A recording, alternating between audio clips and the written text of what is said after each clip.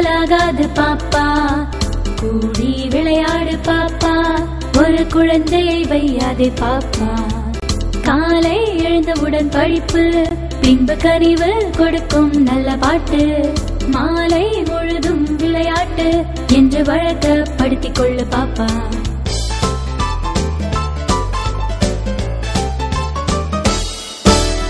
ஓடி விளையாடு பாப்பா, நீ ஓய்ந்திருக்கலாகாது பாப்பா, கூடி விளையாடு பாப்பா, ஒரு குழந்தையை வையாதே பாப்பா.